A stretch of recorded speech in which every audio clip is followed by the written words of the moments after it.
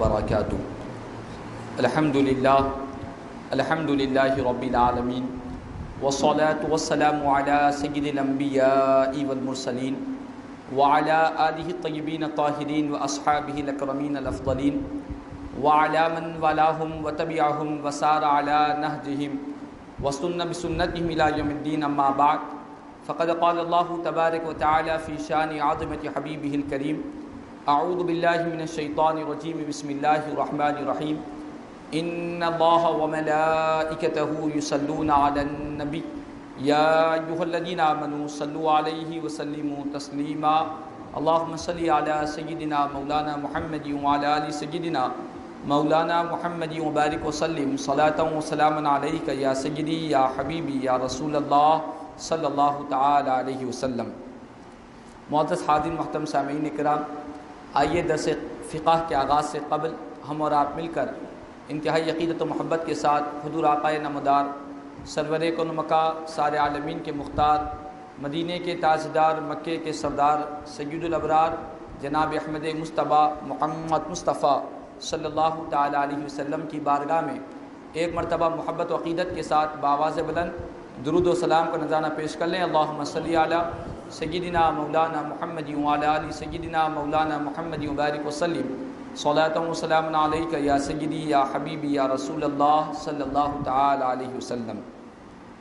معزز حاضرین محترم سامعین کرام، ہم پنج وقتہ جو نمازیں کے لیے مسجدوں کو آتے ہیں، ان مسجدوں کو آنے کے لیے ہمیں مسجدوں سے بلایا اور اعلان کیا جاتا ہے، جس کو شریعت کی اصطلاح میں اذان کہتے ہیں۔ اذان کے ایک لغوی معنی یہ ہے کہ اذان کے لغوی معنی اعلان کرنے کے ہیں، اور شریعت میں اذان کے معنی اصطلاح شریعت میں یہ ہے کہ مخصوص انداز سے مقررہ کلمات کے ساتھ مقرر وقت پر لوگوں کو نماز کے لیے بلانے کا نام اذان ہے۔ اس اذان کے متعلق بہت سارے مسائل فقہائے کرام نے کتب فقہ میں بیان فرمایا ہے، لیکن ان تمام مسائل میں جانے سے پہلے سب سے اہم بنیادی بات یہ ہے کہ جو ہمارے معاشرے میں سماج میں اذان کے متعلق جو لاپرواہیاں ہوتی ہے، جو نامعلومات کی بنا پر لوگ اذان کے متعلق جو غلطیاں کرتے ہیں، اس پر انشاءاللہ آپ کی توجہ دلاؤں گا تاکہ آپ کی بھی اصلاح ہو، اور آپ کے ذریعے بہت سارے ایسے لوگ جو اذان کے بارے میں واقفیت نہیں رکھتے اور اذان کے متعلق بہت ساری غلطیوں میں مبتلا ہے، ان کی بھی مختصر سے وقت میں ان کی بھی اصلاح ہو جائے۔ سب سے پہلی بات یہ ہے کہ یہ جو اذان ہوتی ہے، اس کی بڑی فضیلت اور اس کی بڑی کرامت احادیث کریمہ میں بیان فرمائی ہے۔ نبی کریم صلی اللہ تعالیٰ علیہ وسلم نے ارشاد فرمایا کہ جس مقام پر اذان ہوتی ہے، جس جگہ پر اذان ہوتی ہے، اس مقام اور اس جگہ سے شیطان مقام روحہ تک چلے جاتا ہے۔ یہ مقام روحہ شہر مدینہ سے کتنی دور ہے تو اس کے متعلق بیان کیا گیا کہ 36 میل کے فاصلے تک مقام روحہ ہوتا ہے۔ تو پیارے آقا صلی اللہ علیہ وسلم فرماتے ہیں کہ جہاں اذان ہوتی ہے اس مقام سے 36 میل تک شیطان دور بھاگ جاتا ہے، شیطان کا مکر و فریب ختم ہو جاتا ہے اور شیطانی چکر ختم ہو جاتا ہے اذان کی برکات سے۔ اور پیارے آقا صلی اللہ علیہ وسلم فرماتے ہیں کہ جو بندہ اذان دیتا ہے، جو بندہ اذان کا اہتمام کرتا ہے، اذان دیتا ہے، اس کے اذان دینے پر روئے زمین کی ہر چیز، ہر تر اور سوکھی چیز اس کے ایمان کی گواہی اللہ کی بارگاہ میں دیتے ہیں، اس کی ایمان کی گواہی خدا کی بارگاہ میں دیتے ہیں۔ تو یہ اذان کی بڑی فضیلت ہے، اور احادیث کریمہ بے انتہا اس کے کمالات اور اس کے فضائل بیان کیے گئے۔ اور ساتھ ہی فقہائے کرام نے یہ بھی بیان فرمایا اذان کے متعلق کہ جب اذان دی جاتی ہے تو اس کے لیے دو سننے والے پر دو چیزیں لازم ہوتی ہے۔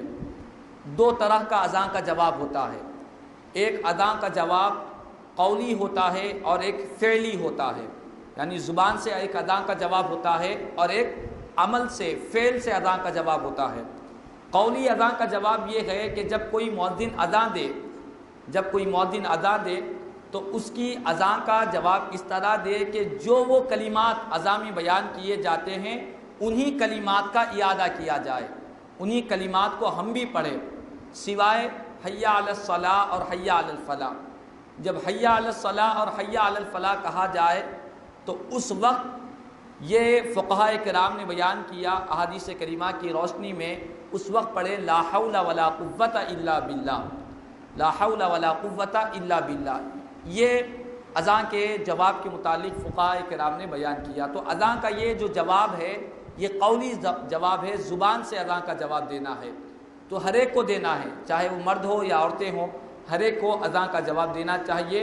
اور جو مؤذن صاحب کے الفاظ ہوتے ہیں انہی الفاظ کا ہم بھی اعادہ کریں، ہم بھی انہی کو لوٹائیں، اور حی علی الصلاۃ اور حی علی الفلاح میں لا حول ولا قوۃ الا باللہ اس حی علی الصلاۃ حی علی الفلاح کے جواب میں کہے۔ اسی طرح فقہاء کرام نے یہ بھی بیان کیا کہ جب مؤذن صاحب اشہد ان محمد رسول اللہ کہے تو اس وقت مستحب یہ ہے، بعض فقہاء بیان کرتے ہیں کہ دوسری مرتبہ اشہد ان محمد رسول اللہ جب کہیں، دوسری مرتبہ جب پڑھیں گے تو اس وقت اپنی آنکھوں، اپنے انگوٹھوں کو چوم کر اپنی آنکھوں پر لگانا چاہیے، اور یہ کہنا چاہیے درود پاک پڑھ کر قرۃ عینی بک یا رسول اللہ اللہم متعنی بالسمع والبصر، جس کا ترجمہ یہ ہے کہ اے اللہ کے رسول صلی اللہ علیہ وسلم، آپ کی وجہ سے میری آنکھوں کو ٹھنڈک پہنچے، آپ میری آنکھوں کی ٹھنڈک ہو، اور ساتھ میں اللہ سے یہ دعا بھی کرے کہ اللہم متعنی بالسمع والبصر، اے اللہ تو مجھے میری سماعت اور میری بصارت سے اچھے سے اچھا فائدہ اٹھانے کی تو توفیق عطا فرما۔ اس طرح کی اشہد ان محمد رسول اللہ پر اس طرح کہنا یہ مستحب قرار دیا ہے۔ تو ساتھ ہی اذان کے اور ایک مسائل یہ بھی بیان کیے گئے۔ ہمارے پاس ہوتا یہ ہے کہ لوگ جب اذان ہوتی ہے تو اذان ہوتے ہی اگر کوئی ٹی وی دیکھ رہا ہے تو فوراً ولیوم کم کر دیتے ہیں، کہتے ہیں کہ اذان ہو رہی ہے ٹی وی کا ولیوم کم کر دیا جائے، اور ولیوم کر اس کی آواز کو کم کرنے کے بعد اذان کا جواب کوئی نہیں دیتے، بس خاموش بیٹھتے ہیں، سمجھتے ہیں کہ ہم مسلمان ہیں، ہم نے مسلمانی کا حق ادا کر دیا ہے۔ ایسا نہیں ہے، بلکہ جب اذان ہو جائے تو پہلی بات یہ ہے کہ جو بھی ہم کام کر رہے ہیں، دنیاوی کام، کاروبار ہو، تجارت ہو یا ٹی وی دیکھنے کا جو بھی معاملہ ہو، اس معاملے پر غور و فکر کرتے ہوئے پہلے اس کو روک دے، اس کو چھوڑ دے۔ حتیٰ کہ یہاں تک بیان کیا گیا کہ اگر کوئی قرآن کی تلاوت بھی کر رہا ہے، قرآن کی تلاوت تو اللہ کی عبادت ہے، قرآن افضل عبادتی قراءۃ القرآن، تمام عبادتوں میں سب سے افضل عبادت قرآن کی تلاوت ہے، اور میرے آقا فرماتے ہیں کہ قرآن کی عبادت بہترین عبادت، قرآن کی تلاوت بہترین عبادت ہے۔ تو جب اذان ہوتی ہے تو قرآن کی تلاوت کو بھی کچھ دیر کے لیے موقوف کر دینے کا حکم دیا گیا۔ تو ایسے موقع پر کاروبار میں، دنیاوی تجارت میں مصروفیت رہنا اور اذان کی طرف توجہ نہ دینا یہ بہت ہی کاہلی اور سستی اور بہت ہی گناہ کا عمل ہے۔ پہلی بات یہ ہے، حدیث شریف میں نبی کریم صلی اللہ علیہ وسلم کے متعلق ارشاد فرمایا گیا، ام المؤمنین حضرت عائشہ صدیقہ رضی اللہ تعالیٰ عنہ بیان فرماتی ہیں، پیارے آقا صلی اللہ علیہ وسلم ہمارے درمیان میں تشریف فرما ہوتے، ہم سے گفتگو کرتے، ہم سے بات کرتے رہتے، اسی دوران میں مؤذن کی اذان کی جب آواز سنتے، فَإِذَا نُودِيَ لِلصَّلَاةِ قَامَ كَأَنَّهُ لَا يَعْرِفُونَ، پیارے آقا اپنے گھر میں بات چیت میں مصروف ہوتے، اس دوران میں اگر اذان ہو جاتی تو نبی کریم صلی اللہ علیہ وسلم ساری مصروفیتوں کو چھوڑ کر اذان کی طرف متوجہ ہو جاتے، ایسے متوجہ ہو جاتے گویا کہ ہم کو پہچانتے ہی نہیں، ہم کو جانتے ہی نہیں، اس طرح اذان کی طرف متوجہ ہو جاتے اور نماز کی تیاری میں مصروف ہو جاتے۔ اللہ اکبر، یہ رحمت للعالمین صلی اللہ علیہ وسلم کا عمل مبارک تھا کہ جو بھی مصروفیت ہوتی تو اذان کے وقت میں ایسے ہو جاتے کہ نہ اپنے رشتہ داروں کو پہچانے جیسے ہوتے، بالکل پیارے آقا صلی اللہ علیہ وسلم اللہ کی عبادت کی طرف مائل ہو جاتے۔ تو ہمارا بھی یہی عمل ہونا چاہیے، کاروبار ہو یا تجارت ہو، دکانداری ہو، یہ تمام مصروفیتوں کو جب اذان ہو جائے تو پہلی بات یہ ہے اپنی مصروفیتوں کو چھوڑ دے، اپنی مصروفیتوں کو ترک کر دے اور اذان کو غور سے سنے، اور اذان کا سن کر اس کا جواب دے۔ اور جواب بھی کوئی مشکل کام نہیں ہے، جو مؤذن صاحب کہہ رہے ہیں انہی الفاظ کو آپ کو دہرانا ہے۔ سوائے حی علی الصلاۃ حی علی الفلاح کے وقت لا حول ولا قوۃ الا باللہ، یہ اذان کا جواب ہے۔ تو اس طرح اذان کا ہم کو جواب دینا چاہیے۔ یہ جواب قولی جواب ہوا۔ اس کے بعد ایک دوسرا جواب ہوتا ہے وہ فعلی، یعنی صرف اذان کا جواب دے کر خاموش بیٹھ گئے، مسجد کو نہ گئے، تو یہ تو اصل کام تھا۔ اذان کا مقصد یہ تھا کہ خدا کے بندے مسجدوں کو آئے، نماز کو آئے۔ بعض لوگوں کو دیکھنے میں آتا ہے کہ اکثر جو حضرات ورزش کرتے ہیں، میں نے دیکھا ہے کہ جم میں جہاں پر نوجوان ایکسرسائز کرتے ہیں، عصر کی اذان ہوتی ہے، مغرب کی اذان ہوتی ہے، عشاء کی اذان ہوتی ہے، سارے نوجوان اعلان کرتے ہیں کہ اذان ہو رہی ہے، اذان ہو رہی ہے، ٹیپ ریکارڈ بند ہو جاتا ہے اور سارے نوجوان بیٹھ جاتے ہیں، اذان چلتی رہتی ہے، یہ لوگ آپس میں بیٹھ کر باتیں کرتے رہتے ہیں۔ یعنی وہ ورزش چھوڑ کر کوئی اچھے کام تو کرتے، اذان کا جواب تو دیتے، اذان کا جواب دینے کے بجائے اپنے آپ کو ریسٹ لیتے ہیں اور ایک دوسرے کو باتوں میں مصروف ہو جاتے۔ جب اذان ہو جاتی ہے پھر اپنے کام میں لگ جاتے ہیں، اپنی ایکسرسائز میں لگ جاتے ہیں۔ انہوں نے سمجھا ہی نہیں کہ اذان کا اصل مقصد کیا ہے۔ اذان کا مقصد یہ نہیں تھا کہ آپ کو ایکسرسائز سے رکا دے، آپ کو ورزش سے رکا کر تھوڑی دیر آپ کو ریسٹ دلوائے، اس کے بعد آپ ورزش شروع کر دیں، ایکسرسائز شروع کر دیں۔ یہ اذان کا مقصد نہیں تھا۔ اذان کا مقصد یہ تھا کہ آپ اپنے جو بھی کام کر رہے تھے اس کو چھوڑ کر، ترک کر کے سیدھا مسجدوں کو آ جائے، اللہ کی عبادت کے لیے آ جائے، خدا کی بارگاہ میں سجدے کے لیے آ جائے۔ یہ اصل اذان کا مقصد ہے اور یہ واجب ہے، یہ لازم ہے۔ تو اس بات کو ذہن نشین کر لینا ہے کہ ہم اذان کے لیے اپنے کام کو تو کچھ دیر کے لیے چھوڑتے ہیں، جیسے ہی اذان پوری ہوتی ہے اپنے ٹی وی کا والیوم بھی بڑھ جاتا ہے، جو ڈرامہ چل رہا تھا وہ شروع ہو جاتا ہے، جو فلم دیکھ رہے تھے وہ فلم بھی شروع ہو جاتا ہے۔ بس یہ سمجھتے ہیں کہ جو آواز کو کم کیے ہیں بس یہ مسلمان ہونے کا حق تھا، ہم نے حق ادا کر دیا۔ استغفر اللہ، یہ حق نہیں ہے۔ یہ لازم ہے کہ جیسے ہی اذان سنے نماز کے لیے تیاری کر لے۔ اصل جواب اذان کا یہ جواب ہے، فعلی جواب، اپنے عمل کے ذریعے جواب دینا ہے، اپنے آپ کو نماز کے لیے تیار کرنا ہے، یہ سب سے اہم جواب ہے۔ تو بہرحال خلاصہ کلام یہ ہے کہ یہ جب اذان ہوتی ہے تو اذان ہونے کے ساتھ ہی یہاں تک بیان کیا گیا فقہاء کرام نے کہ جو شخص اذان کو سن کر دنیاوی باتوں میں مصروف رہتا ہے، دنیاوی کاموں میں مشغول رہتا ہے، دنیا کے باتوں میں لگا رہتا ہے، اذان ہوتی رہتی ہے، مؤذن صاحب اشہد ان لا الہ الا اللہ اشہد ان محمد رسول اللہ حی علی الصلاۃ، مؤذن صاحب اذان کے کلمات کہتے جا رہے ہیں، ہم اپنے کام کی، اپنے کاروبار کی، اپنی تجارت کی، اپنی دکان کی باتوں میں لگے ہوئے ہیں۔ تو اس کے بارے میں نے کتابوں میں پڑھا ہے، فقہاء کرام بیان کرتے ہیں کہ ایسا شخص جو اذان سنے اور اذان کے وقت میں دنیاوی باتوں میں رہے تو اس کا خاتمہ برا ہونے کا اندیشہ ہے۔ اللہ اکبر، خاتمہ بالخیر، پیارے آقا فرماتے ہیں انما الاعمال بالخواتم، تمام اعمال کا دار و مدار خاتمے پر ہے۔ انسان کا خاتمہ جیسا ہوتا ہے اس کے ساتھ خبر میں معاملہ بھی ویسا ہی ہوتا ہے، حشر کے دن ویسا ہی اٹھایا جائے گا۔ حدیث شریف میں پیارے آقا فرماتے ہیں جو شخص اذان دیتے دیتے انتقال کر جائے، جب خبر کس کے عذاب قبر سے اٹھے گا تو اذان کہتے ہوئے قبر سے اٹھے گا، اور جو لبیک پڑھتے پڑھتے انتقال کر جائے قبر سے اٹھے گا تو لبیک پڑھتے ہوئے قبر سے اٹھے گا۔ تو جس حال میں انسان دنیا سے رخصت ہوگا اسی کے ساتھ اس کا معاملہ کیا جائے گا اور وہ اللہ کی بارگاہ میں اسی عمل کے ساتھ خدا کی بارگاہ میں کھڑا ہوگا۔ تو پیارے آقا کریم صلی اللہ علیہ وسلم کے فرمان عالی شان کے مطابق فقہاء کرام بیان کرتے ہیں کہ اذان کے دوران دنیاوی گفتگو نہیں کرنا چاہیے، دنیاوی باتیں نہیں کرنا چاہیے، یہ خاتمہ برا ہونے کا اندیشہ ہے۔ اللہ اکبر۔ تو ہم کو چاہیے کہ جب بھی اذان سنیں، ہم چاہے کاروبار میں ہوں، تجارت میں ہوں، اور ہم چاہے گھر میں ہو، کسی بھی معاملات میں ہو، اپنے گھر والوں کو بھی، اپنے دوستوں کو بھی، اپنے رشتہ داروں کو بھی بتلائے کہ اذان ہو رہی ہے، کوئی دنیاوی گفتگو نہ ہو۔ اور ہوتا یہ ہے کہ لوگ سمجھتے ہیں کہ ٹی وی کی والیوم کر کے دنیاوی باتوں میں لگ جاتے ہیں اور ایکسرسائز چھوڑ کر اپنی باتوں میں لگ جاتے ہیں، یہ باتیں بھی نہیں کرنا ہے۔ اذان کا سن کر اذان کا جواب دینا ہے زبان سے اور عمل سے نماز کے لیے تیاری شروع کر دینا ہے، یہ اصل مقصد ہے اذان کا، یہ بنیادی بات ہے، اس کو ذہن نشین کر لے۔ اسی طرح اذان کے متعلق فقہاء کرام نے یہ بھی بیان کیا، ہمارے پاس یہ بھی ماحول بنا ہوا ہے، اذان کے مسائل تو بہت ہیں لیکن جو غلطیاں ہمارے معاشرے میں ہو رہی ہے اس پر توجہ دلا رہا ہوں۔ ہمارے معاشرے میں ہم دیکھتے ہیں کہ اکثر رمضان المبارک کے مہینے میں زیادہ تر دیکھنے میں آتا ہے ہر کوئی یہ چاہتا ہے کہ میں اذان دوں. مسجد میں مؤذن صاحب کے لیے بڑی کشمکش ہو جاتی ہے کہ کس کو اذان کے لیے آگے بڑھائے.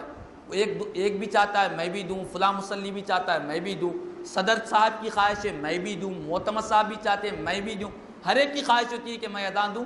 بیچارے مؤذن صاحب کشمکش میں ہوتے ہیں. لیکن یہ بنیادی بات ذہن نشین کر لے، اذان جو بھی دینا چاہتا ہے یقیناً اذان کی بڑی فضیلت ہے. پیارے آقا فرماتے ہیں جو اذان کی آواز جس کی جہاں تک جاتی ہے وہاں تک اس کے لیے زمین کا حصہ گواہ بن جاتا ہے. اذان کی فضیلت یقیناً بہت ہے، لیکن اذان دینے کے لیے بنیادی طور پر چند باتوں کو معلوم کرنا چاہیے. پہلی بات یہ ہے کہ اذان جب ہم دینا چاہتے ہیں، ہم مؤذن صاحب تو نہیں ہیں لیکن اگر ہم اذان کے خواہش مند ہیں تو سب سے پہلی بات یہ ہے کہ اذان کے بارے میں ہمیں بنیادی معلومات ہو. اذان کس طرح دینا چاہیے؟ ہمارے پاس یہ ہے کہ بس اذان سنتے سنتے ہم کو یاد ہو گئی، بس اذان سنتے رہتے ہیں وہ یاد ہو گئی، وہی کلمات جا کر کہنا چاہتے ہیں، اس میں کچھ نہ کچھ غلطیاں ہوتی رہتی ہے. یہی وجہ ہے کہ بہت سارے لوگ اذان جو دینے جاتے ہیں، نئے لوگ دینے جاتے ہیں، ان کی اذان میں بہت غلطیاں ہوتی ہیں. اذان کی یہ جو کلمات ہے کوئی معمولی کلمات نہیں ہیں. فقہائے کرام نے ایسے کلمات میں ذرا سا رد و بدل اگر ہو جائے، معمولی سا رد و بدل ہو جائے تو انسان بسا اوقات کفر کے دائرے میں پہنچ جاتا ہے. اللہ اکبر، کفر کے دائرے میں. بعض فقہائے کرام نے بیان کیا کہ اللہ اکبر، ایک مثال دے رہا ہوں. پہلی بات، اللہ اکبر سے ہماری اذان کی ابتدا ہوتی ہے. کوئی اللہ اکبر کی جگہ شروع کا جو حمزہ ہے، اللہ اکبر میں شروع میں جو حمزہ ہے، اس حمزے کو اگر کوئی کھینچ دیا، اللہ اکبر کھینچا، نعوذ باللہ من ذالک، اس حمزے کو اگر کوئی کھینچا تو بعض فقہا فرماتے اس کی وجہ سے معنی بدل جاتا ہے، اس طرح معنی بدل جاتا ہے کہ وہ کفر کے قریب ہو جاتا ہے. اللہ اکبر. اسی طرح اللہ اکبر میں کوئی اللہ اکبار کھینچے، بر کو بار بول کر کھینچ کر پڑھا تو اس سے بھی معنی میں فساد پیدا ہو جاتا ہے. تو ایسے کئی معنی ہیں. اشہد ان محمد رسول اللہ، اشہد ان میں اگر کوئی نون کے ساتھ الف کا اضافہ کر دیا، اشہد انا بول کر کھینچ دیا، نعوذ باللہ من ذالک، اس سے بھی اذان میں فرق پڑتا ہے اور بعض فقہا فرماتے ہیں وہ دائرہ اسلام سے خارج ہو جاتا ہے. تو یہ جو کلمات ہے اذان کے، اس کے ایک معنی ہے. ذرا سا رد و بدل ہو جائے تو اس کے معنی میں اس حد تک تبدیلی آ جاتی ہے، بسا اوقات اذان پہ فاسد ہو جاتی ہے، بسا اوقات ایمان کے دائرے سے نکل کر کفر تک پہنچ جاتا ہے. تو اذان دینا کوئی معمولی بات نہیں ہے. ہر کوئی آیا سیدھا اذان کے لیے کھڑا ہو گیا. تو بہرحال اس پر ذہن نشین کر لے، اذان کی فضیلت ضرور ہے لیکن اس کے مسائل ہیں، ان کے کلمات کو سیکھنا ہے، کس انداز سے دینا ہے اذان. ان تمام چیزوں کو سیکھ کر اذان کے لیے جب جائیں گے تو اذان کی فضیلت ہم کو حاصل ہوگی. تو بہرحال میری ان باتوں کا کوئی برا بھی نہ مانے. کوئی اذان دینا چاہتا ہے تو یقیناً دے، لیکن ان کلمات کو جانے، علم حاصل کرے. ہم کہیں پر جاتے ہیں، ہم کہیں پر بھی جاتے ہیں تو جانے سے پہلے اس مقام کا علم حاصل کرتے ہیں، نالج حاصل کرتے ہیں. یہ اذان جب دے رہے ہیں یہ اسلام کے شعائر میں سے ہے، اسلام کی علامتوں میں سے ایک علامت ہے. تو لہذا اذان دینے والوں کو پہلی بات ذہن نشین کر لے، چاہے کوئی بھی دے، اذان کے لیے سب سے بنیادی بات یہ ہے کہ اذان کے جو کلمات ہیں کسی استاد سے، کسی اہل علم سے اذان کے کلمات کو سیکھے، کس انداز میں کرنا ہے. ایک صاحب مجھے بیان کرنے لگے کہ اذان میں لوگ کہتے ہیں اشہد ان محمد رسول اللہ. ہمارے پاس غلطی یہ ہے کہ لوگ جو سیکھنے کی چیز ہے اس کو نہیں سیکھتے، جو چیز سیکھنے کی نہیں ہے اس کے پیچھے پڑھ کر پریشان رہتے ہیں. جو اہم چیز ہے اس کو نظر انداز کر دیتے ہیں، اور جو چیز صحیح ہے اس کے پیچھے پڑھتے ہیں، یہ غلط ہے، یہ غلط ہے. آپ کو مثال دے رہا ہوں. ایک صاحب مجھے ملاقات کی، یہ کہے کہ آپ لوگ اذان میں کیا پڑھتے ہیں؟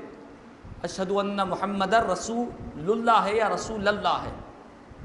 تو ہمارے مسجد کے مؤذن صاحب جو ذمہ دار تھے انہوں نے کہا کہ محمد الرسول اللہ پڑھتے ہیں. تو انہوں نے کہا کہ محمد الرسول اللہ نہیں پڑھنا چاہیے، للہ پڑھنا چاہیے.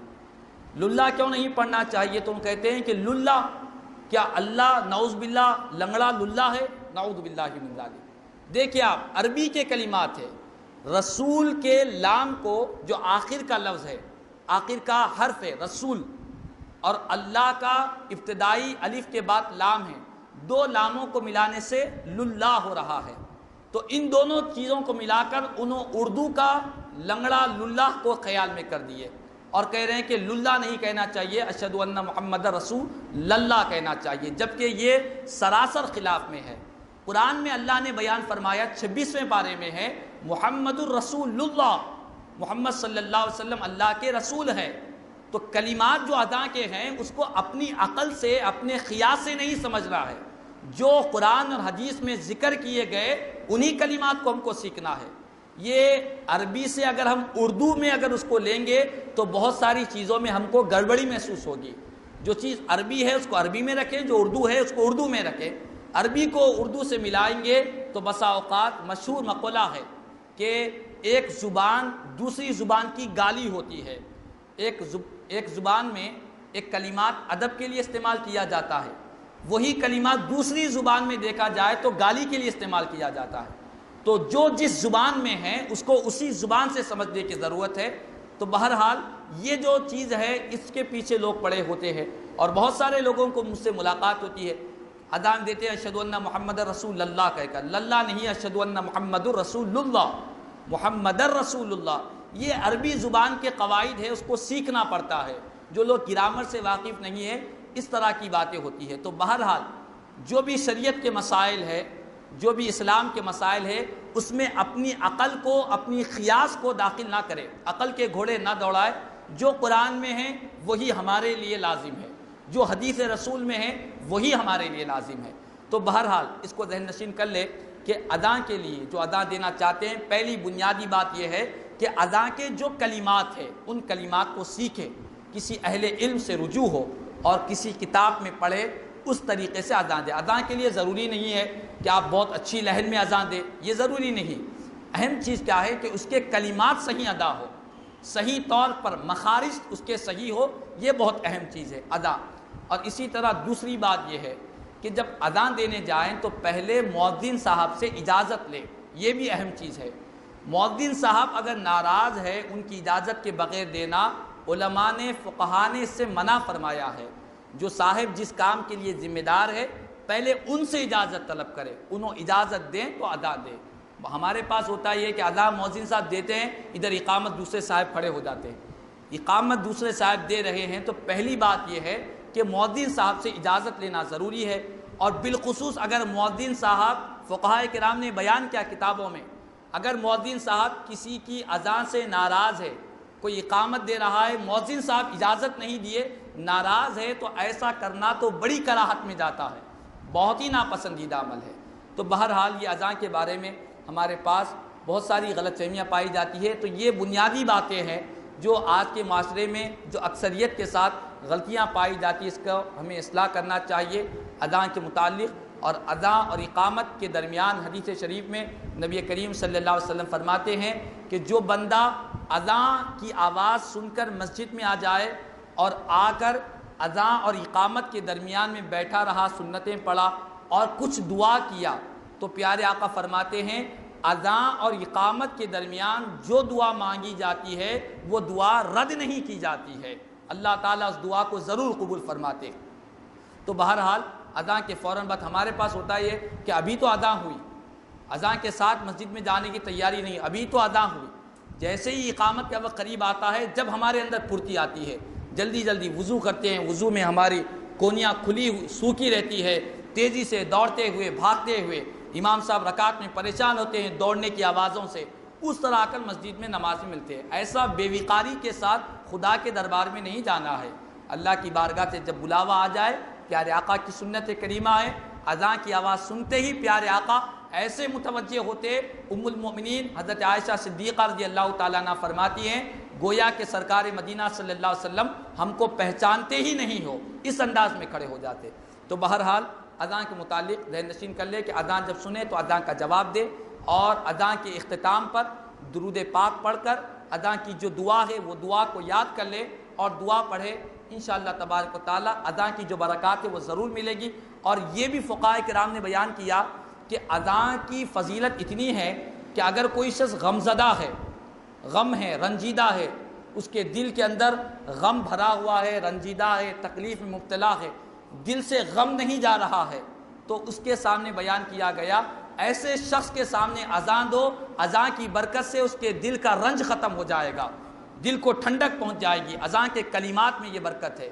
اسی طرح فقہاء کرام نے بیان کیا کہ کسی مقام پر جن رہتے ہیں، شریر جن جو لوگوں کو تکلیف دیتے ہیں، اذیت دیتے ہیں، اس مقام پر پیارے آقا کریم صلی اللہ علیہ وسلم کے فرمان عالی شان کی روشنی میں فقہا بیان کرتے ہیں اس مقام پر اذان دی جائے، جن کے شر سے اللہ تعالیٰ محفوظ رکھے گا، جن اپنا شر نہیں پہنچا سکیں گے۔ تو یہ جو اذان کے معاملات ہیں، اللہ تبارک و تعالیٰ سے دعا ہے اللہ تبارک و تعالیٰ ہم تمام کو کہنے سننے سے زیادہ عمل کی توفیق عطا فرمائے، شریعت اسلامیہ کے پاکیزہ اصول کو آسانی کے ساتھ اور عمل کرنے، اس کو سمجھنے کی توفیق عطا فرمائے۔ آمین ثم آمین، واخر دعوانا الحمدللہ رب العالمین۔